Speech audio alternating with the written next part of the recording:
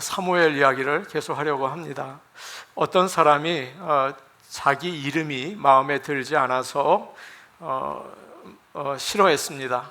한국에 사시는 분인데 부모님이 믿음으로 이름을 요한이라고 지어주셨어요. 이름 자체가 좀 한국 이름이 아니고, 그리고 종교적인 냄새가 좀 나니까 사람들이 자꾸 물어본대요. 세례명인가? 그렇게 물어본답니다. 어른이 되어서도 이름에 대한 불만이 있었습니다. 친구들 이름이 종호, 영훈 뭐 이런 이름인데 참 이름이 부럽더래요. 어느 날 신문을 보다가 이런 글을 읽게 되었습니다. 춤은 한 동작을 익히는데 적어도 한 달 이상 걸릴 만큼 인내심을 요한다. 이 단순한 문장이 그의 생각을 바꿔놓았어요. 가장 마지막에 나오는 단어 요한다. 이게 눈에 탁 들어온 거예요. 거기에 내 이름이 있다. 그렇게 생각을 했습니다. 내 이름이 없으니까 문장이 안 되네. 참 나도 이 문장의 끝에 마지막처럼 이 세상에서 나 없으면 안 되는 좋은 사람이 되어야겠다. 그런 좋은 생각이 들더랍니다. 그러고 보니까 다른 문장에도 자기 이름이 귀하게 사용이 되는 거예요. 컴퓨터는 복잡한 메커니즘의 작용을 요한다. 이렇게 돼 있고요. 시민들의 자제를 요한다. 그러니까 내 이름이 빠지면 말이 안 되는구나, 그런 생각이 들었어요. 다른 단어들을 보니까 또 자기의 이름이 들어있는 것입니다. 중요한, 풍요한, 필요한, 고요한, 긴요한. 내 이름이 빠지면 세상이 돌아가기가 어렵구나, 그 생각이 들었답니다. 그런데 형의 이름은 요셉이었어요. 역시 부모님이 이제 믿음으로 지어줬습니다. 근데 형의 이름은 들어가니까 말이 안 되는 겁니다. 중요셉, 풍요셉, 필요셉, 고요셉. 형의 이름은 말이 안 되는구나. 그래서 자기의 이름을 자랑스럽게 생각하게 되었어요. 내 존재가 더욱 귀하게 여겨졌답니다. 사람이 얼마나 이렇게 조그만 일로 마음이 바뀌는지 아십니까? 사람은 정말 웃깁니다. 살면서 우리의 마음을 어떻게 가지는가가 참 중요해요. 오늘 예배를 드리면서 하나님의 은혜로 우리가 천국을 바라보고 새로운 힘을 얻어서 이 자리를 떠나가시기를 축복합니다. 아멘. 크리스천인 거 절대 부끄럽게 생각하지 마시고 자랑스럽게 여기고 세상에서 크리스천답게 멋있게 살아가시기를 바랍니다. 햄버거를 어제 제가 먹었는데 햄버거를 먹으면서도 충분히 기도하고 나 예수 믿는 사람이다, 사람들에게 보여주고 예수 믿는 사람으로 사시기를 축복합니다. 아멘. 사울이 정식으로 왕이 되면서 지금까지 나라를 다스려 온 사무엘이 은퇴를 했어요. 이제는 자리에서 물러나고 새로운 왕에게 넘겨주려고 합니다. 그래서 오늘 말씀에서 사무엘은 백성들에게 마지막 설교를 합니다. 굉장히 의미가 있는 설교 아닙니까? 지금 이스라엘 백성들은 암몬과 전쟁을 해서 이기고 왕을 세우고 기분이 너무 좋았습니다. 그래서 길갈에서 잔치를 하고 있어요. 그런데 사무엘의 마지막 설교가 아주 기분이 나쁩니다. 이 설교가 듣기 좋은 설교가 아니에요. 그래서 이 설교는 잔치에 재를 뿌리는 설교예요. 오늘 이 말씀을 잘 듣고 어떤 의미가 있는지 깨닫고 하나님이 우리에게 은혜 주시기를 원합니다. 아멘. 잔치에 재를 뿌렸다고 기분 나빠하지 마시기를 바랍니다. 먼저 사무엘은 새로운 왕을 소개합니다. 너희가 다른 나라들처럼 왕을 세워달라고 했는데 내가 그 말을 다 듣고 하나님의 말씀을 따라서 너희를 다스릴 왕을 세웠다. 이제부터 새로운 왕이 여러분을 인도하실 겁니다. 나는 이제 머리가 휘어졌고 몸이 약해졌어요. 아마 사람들 앞에 나이 든 사무엘과 아주 새파란 사울이 둘이 서 있었던 것 같습니다. 무슨 뜻일까요? 세대 교체가 이루어진다라는 거죠. 나는 어릴 때부터 걸을 때부터 성전에 살았습니다. 그러면서 하나님의 일을 했죠. 지금까지 오래 했습니다. 여러분이 그동안 저를 잘 보아오셨죠? 그러면서 사무엘은 지금까지 자기가 한 일이 어땠는지 한번 여러분 저를 한번 평가해 주세요. 그렇게 얘기를 한 겁니다. 당황스럽잖아요. 3절 말씀인데 우리 한번 같이 볼까요? 3절 말씀입니다. 12장 3절 같이 봅니다. 시작. 내가 여기 있나니 여호와 앞과 그의 기름 부음을 받은 자 앞에서 내게 대하여 증언하라. 내가 누구의 소를 빼앗았느냐, 누구의 나귀를 빼앗았느냐, 누구를 속였느냐, 누구를 압제하였느냐, 내 눈을 흐리게 하는 뇌물을 누구의 손에서 받았느냐, 그리하였으면 내가 그것을 너희에게 갚으리라 하니. 하나님과 왕 앞에서 내가 잘못한 게 있으면 한번 말하십시오. 사무엘은 지금 자신을 법정에 세워놓고 있습니다.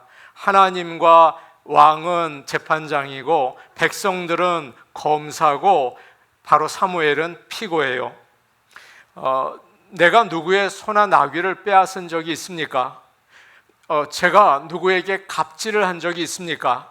제가 누구를 속였습니까? 몰래 돈을 슬쩍 받고 잘못을 눈감아 준 적이 있습니까?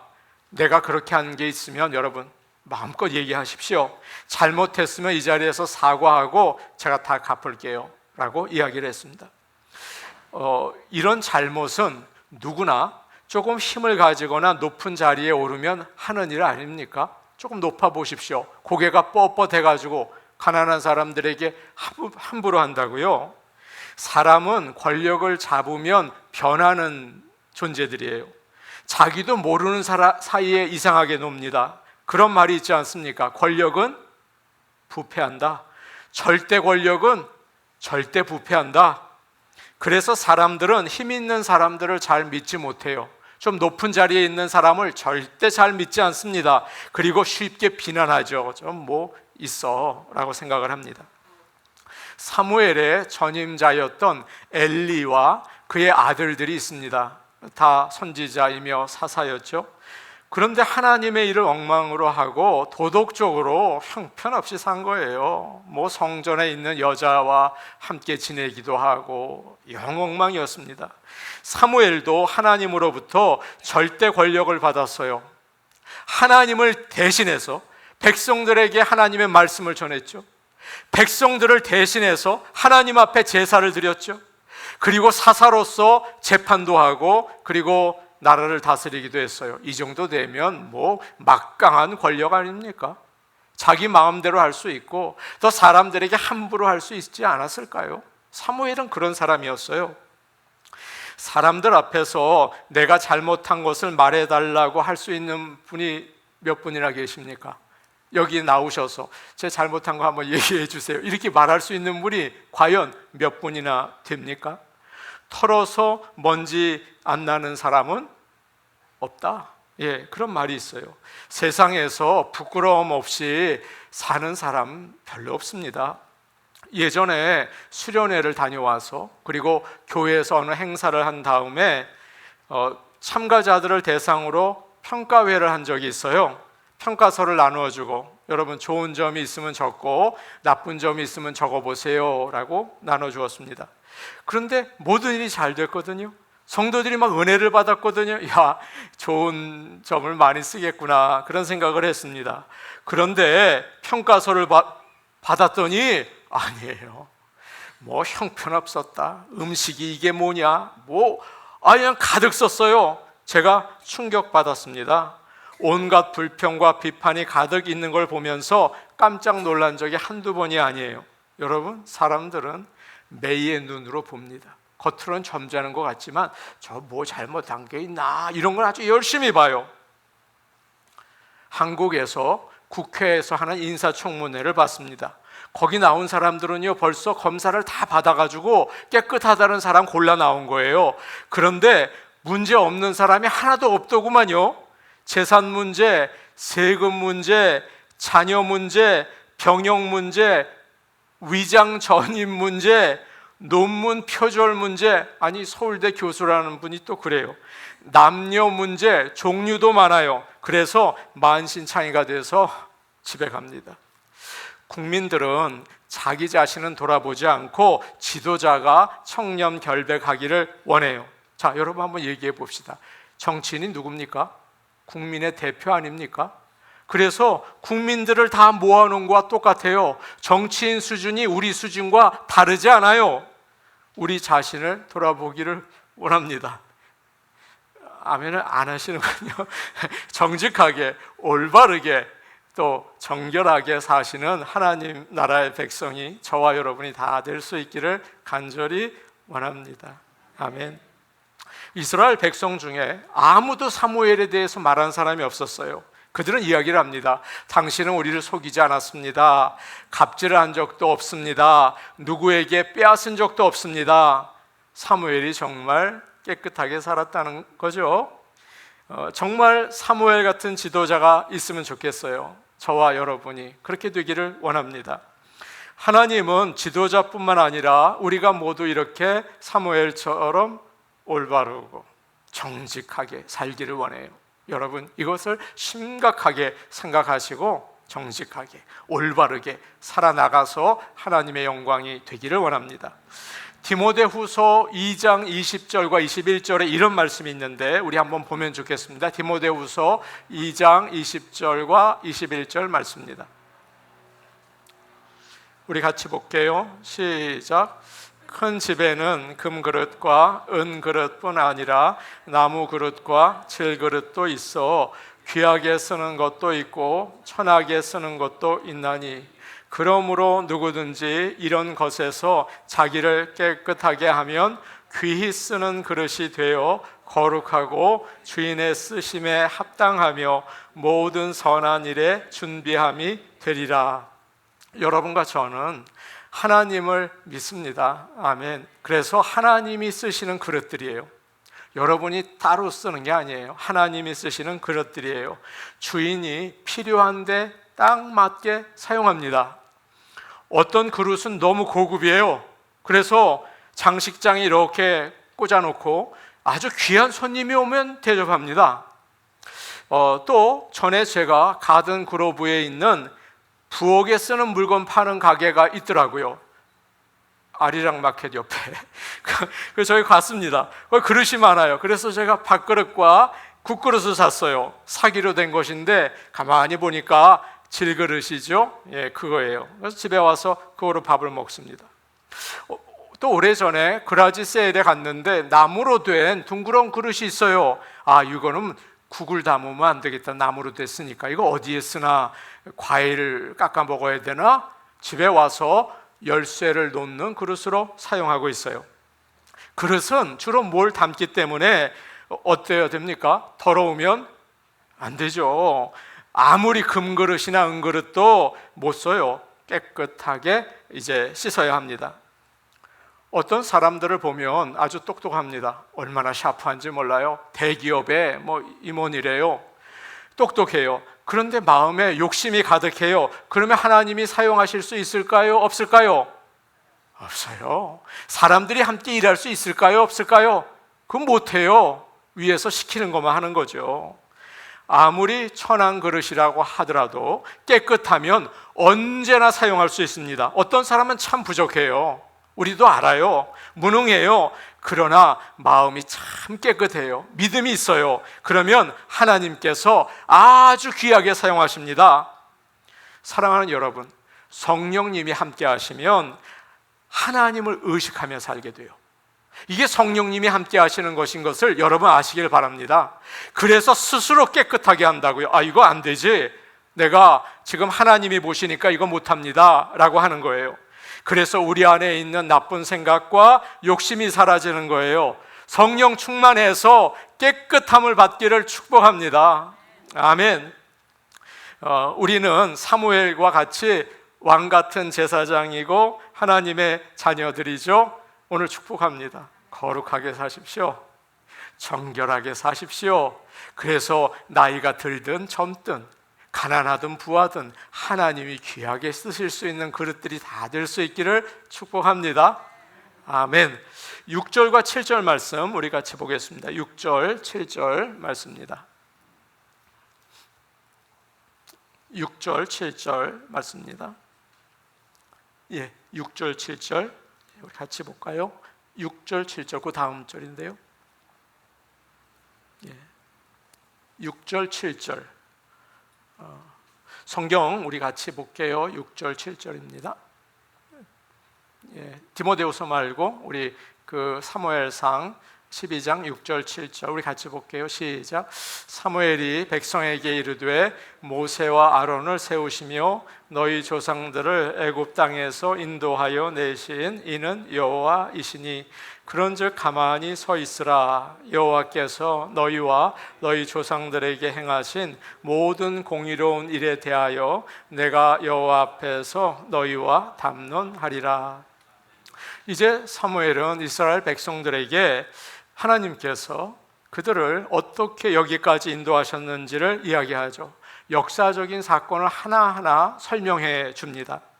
너희 조상 야곱이 애굽에 가서 살게 되었다. 그러나 노예가 되어서 무서운 종살이를 하게 되었다. 그때 하나님께 살려달라고 간절히 부르짖었다.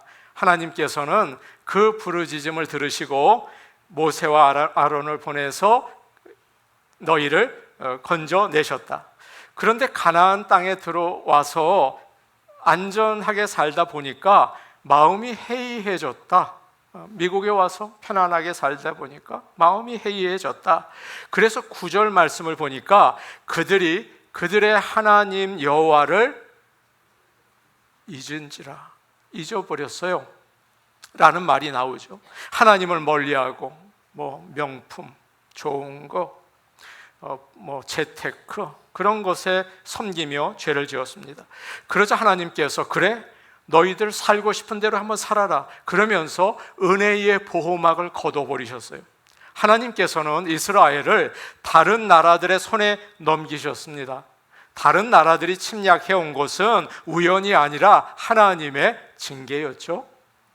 하나님께서는 그들을 가나안 왕 야빈의 군대 장관 시스라의 손에 넘기셨어요. 여러분, 가나안 왕 야빈이 이스라엘을 20년간 괴롭혔습니다. 그 다음에 블레셋 사람들에게 또 내어주었는데 지중해 바로 옆에 있는 나라 아닙니까? 시도 때도 없이 괴롭히는 거예요. 계속 와서 괴롭혀요. 하나님께서는 다시 모압 왕의 손에 넘기셨습니다. 모압 왕 에글론이 이스라엘을 18년 동안 다스렸어요. 나라가 뭐가 됐겠습니까? 이스라엘 백성들이 하나님을 잊어버렸을 때 어떻게 되는지를 보여주신 거죠. 사랑하는 여러분, 우리가 세상에서 편하다는 미국에 살고 있어요. 그 중에서도 이 라미라다 근처에 살고 있습니다. 하나님을 잊어버리시지 말기를 원합니다. 아멘.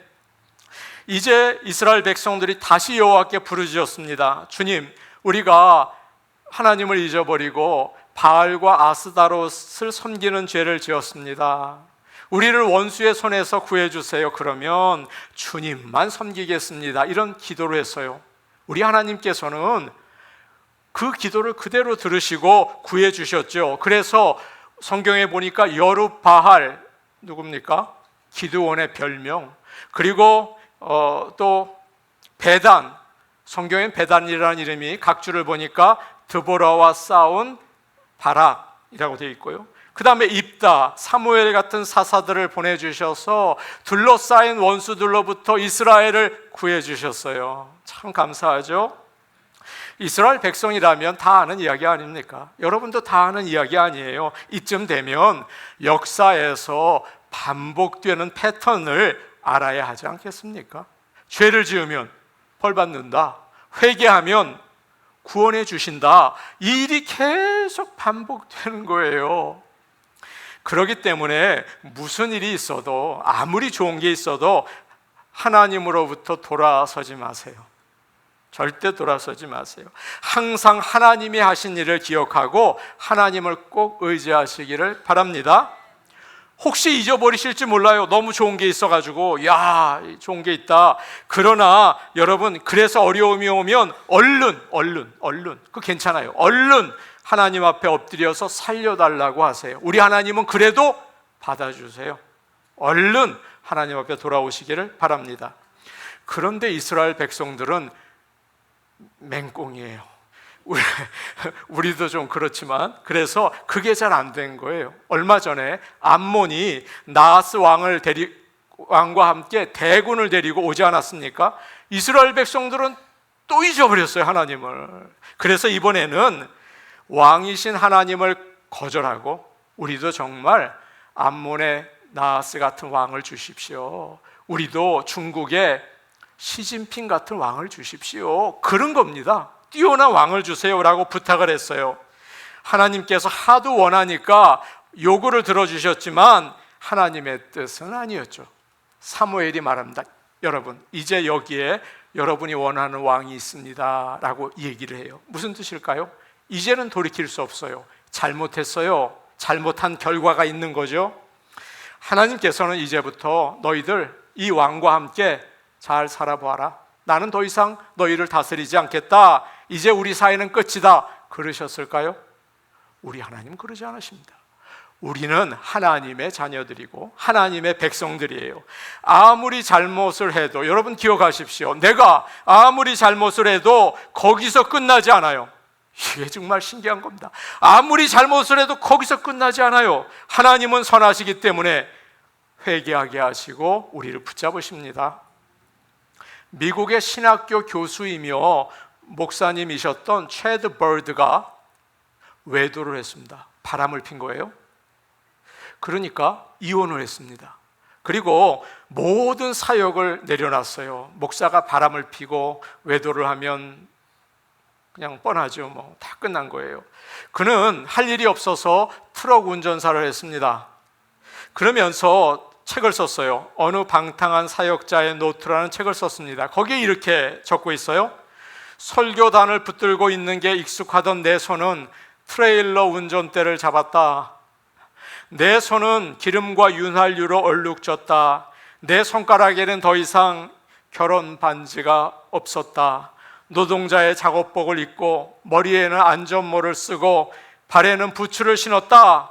나는 내 자신이 부끄럽고 실패한 사람처럼 느껴졌다. 하나님이 나를 버리셨구나. 아니야, 내가 하나님을 버렸어. 그런 기분이었다. 나는 너무나 많은 죄를 지었고 하나님을 너무 오랫동안 화나게 했다. 너무나 많은 사람들에게 상처를 주었고 되돌릴 수 없는 죄를 지었다라고 적고 있어요. 많은 사람들이 이런 마음 가지고 있지 않을까요? 여러분도 그런 마음 혹시 없으십니까? 내가 너무 큰 죄를 졌어. 이제는 돌이킬 수가 없어. 나는 지금 죄값을 받고 있는 거야. 여기서 하나님이 이런 나를 사랑하실까? 그런 생각이 들죠. 여러분, 사탄에게 속지 마세요. 그게 현명한 게 아닙니다. 사탄은 매일 그 짓을 합니다. 우리는 하나님이 원치 않는 선택을 할 때가 있어요. 20년 전에 내가 그 사람을 만나지 말았어야 해. 그걸 20년 후에도 계속 생각하고 있는 거예요. 10년 전에 내가 그 일을 하지 말았어야 하는데 그게 나의 문제였어. 여러분 아직까지도 그 생각하세요? 5년 전에 내가 화를 내지 말았어야 했어. 왜 상을 뒤집었는지 그게 나의 문제였어. 그게 나의 죄야. 아직도 여러분 그 생각하세요? 지금 와서 바꿀 수 없어요. 여러분 엎질러진 물입니다. 끝났어요. 어떻게 해야 합니까? 정말 끝난 겁니까? 여러분 인생은 실패한 인생이에요? 20년 전에, 10년 전에, 5년 전에 여러분 그 일 때문에 여러분 인생은 완전히 문 닫았습니까? 아니에요. 내가 있는 자리에서 오늘 말씀하지 않습니까? 지금 사무엘이 얘기하고 있지 않습니까? 너희가 왕을 뽑았다. 너희 실패했다. 그러나 있는 그 자리에서 하나님을 바라보아라. 하나님께서는 여전히 사랑하시고 축복 주시는 것을 잊지 말라라고 이야기하고 있습니다. 사랑하는 여러분, 과거를 돌아보고 낙심하지 마시기를 바랍니다. 아멘 제발 하세요. 과거를 돌아보고 후회하거나 절망하지 마십시오. 선하신 하나님은 그 일을 통하여 지금 나에게 은혜와 복을 주시는 것을 여러분 반드시 기억하시기를 바랍니다. 지금 주실 은혜가 더 커요. 초등학교 2학년 딸이 학교를 마치고 집에 돌아왔습니다. 엄마가 문을 열자마자 물어봤어요. 너 시험 어떻게 됐어? 아이가 대답을 했어요. 100점. 엄마가 너무 좋았어요. 사실은 거짓말이었습니다. 거짓말인 줄 모르고 엄마는 와, 우리 딸 정말 자랑스럽다. 거기서 끝내야 되는데 곧바로 할머니 할아버지에게 전화를 해서 자랑을 시작했습니다. 어머니, 우리 제니가 100점 맞았대요. 너무나 대견스러워요. 자랑을 했어요. 그렇게 하루가 지나갔습니다. 그 다음날 제니가 아빠에게 왔습니다. 아빠, 할 말이 있다. 그런데 말을 시작하려고 하다가 우는 거예요. 막 우는 거예요. 아빠, 할 말이 있어. 100점 못 맞았는데 100점 맞았다고 했어. 막 울어요. 아빠는 정직하게 고백하는 딸을 혼내기보다는 이야기를 했어요. 100점보다 더 중요한 게 있어. 정직한 거야. 너 잊어버리지 마. 잘했다. 그러나 내가 잘했다고 앞으로 계속 거짓말하지 마라. 그렇게 얘기를 했다고 해요. 그러자 딸이 대답을 했어요. 시험을 잘 보면 엄마 아빠가 너무 기뻐할 것 같았어. 그래서 기뻐하게 해드리고 싶었어 라고 하더라는 거예요.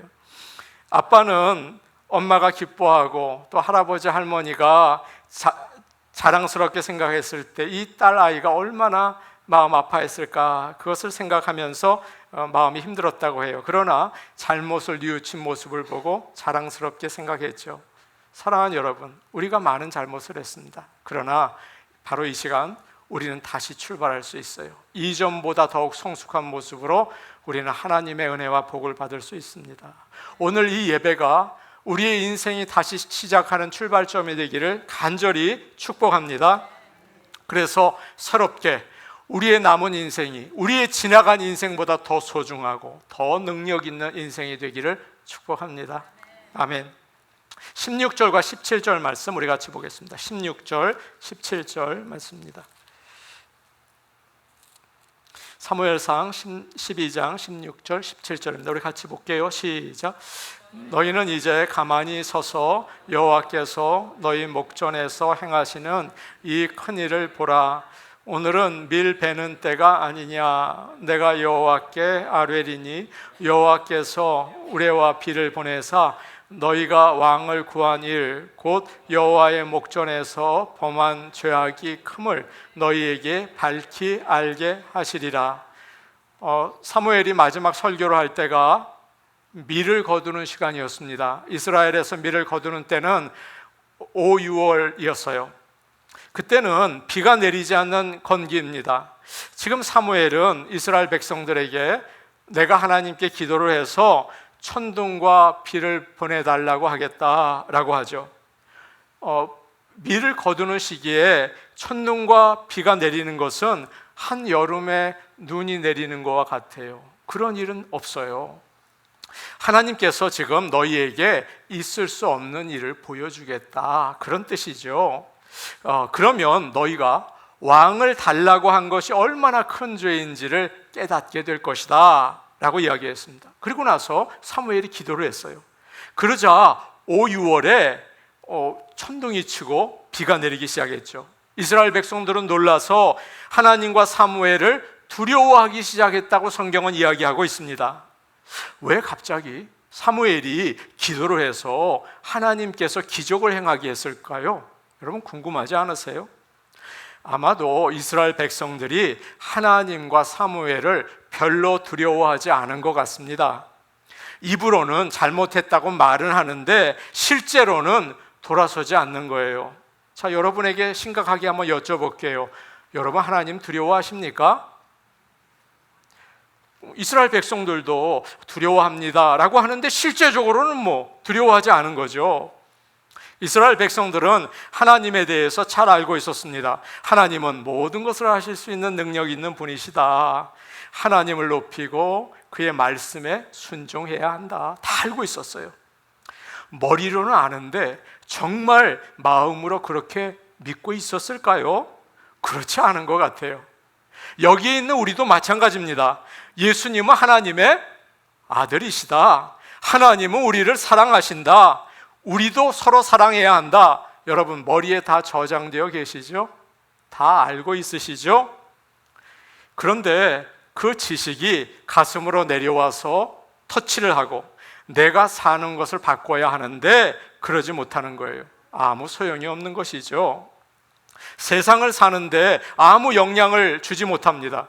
아무리 성경을 배워도 그렇게 살지 못하는 거예요. 계속 죄만 똑같이 짓는 거죠.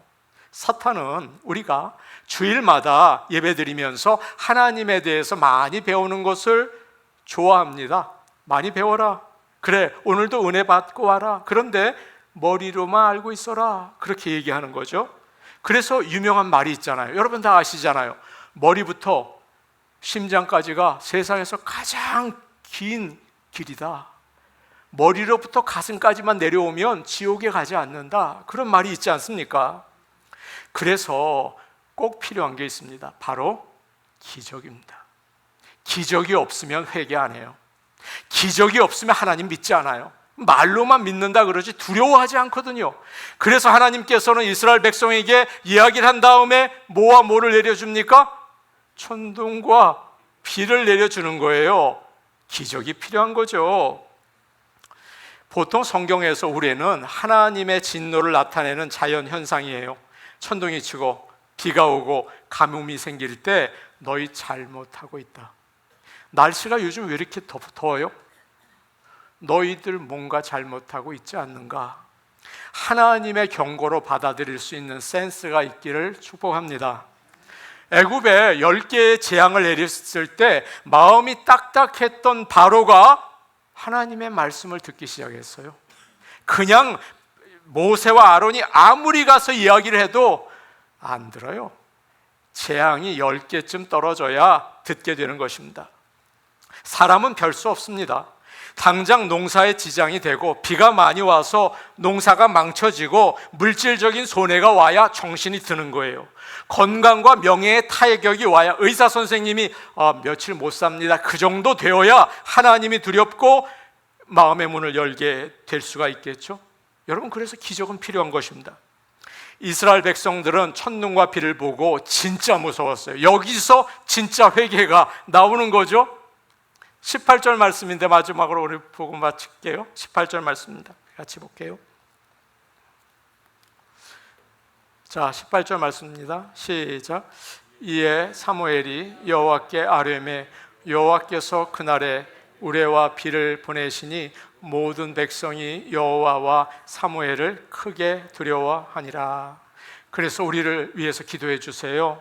우리를 죽게 내버려 두지 마세요. 우리가 많은 죄를 지었고 왕까지 하나님 말고 다른 왕까지 달라고 했습니다.